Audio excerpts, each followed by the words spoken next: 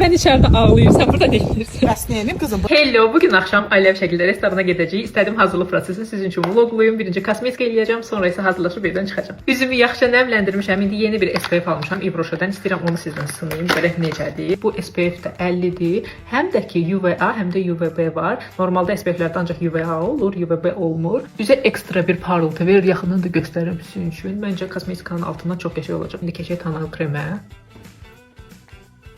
Məndən çox soruşursunuz ki, üzünüz necə belə pürüzsüzdür, nə istifadə edirsiniz? Əslində pürüzsüz deyil, sadəcə ola bilər ki, videolarda işıqdan elə düşür ki, görünmür. Əslində poralarım da var, sızanaqlarım da var, yəni üzüm mükəmməl deyil. Məncə mənim üzümün çox səpməməyinin əsas səbəblərindən biri də odur ki, mən heç vaxt kosmetikalı yatmıram, mütləq üzümü təmizləyirəm. Adətən üz kosmetikalı qalanda sızanaqlar yaranır, poraların içi dolur, qara nöqtələr yaranır. Ona görə mən şeydən çox qorxuram. Gülvari göz makyajı elədim, rumiyanlardan da vuraq. Keçək lip komboya.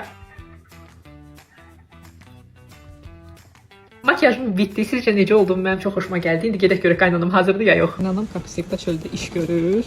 Hala nə edirsən bu günün altında? Nəvən içəridə ağlayır. Sən burada deyilsən. Bəs neyim kızım? Bunlar toz torpaq olub. Gərək çırpım ki, nəvəm olan yer təmiz olmalıdır da. Günün altında dayanmadı heç onu. Günəş kremi vurmusan?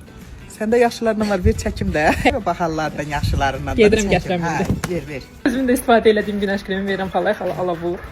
Sağ ol, üzümə olsun, gəlin. Gəldim ki, qəşəng şeydən, amma sən yaxşı şeylər işlədirsən axı. Çölə çıxanda bundan vur ki, üzvə günəş kremidir, ləkə düşməsin üzvə. Özün də hazırlaş. Gedirik restorana. Sağ ol. Yeyib içməyə gedirik. Yorluq vaxtında gəlin. Çox sağ ol, çox sağ ol. Üzün ağ olsun.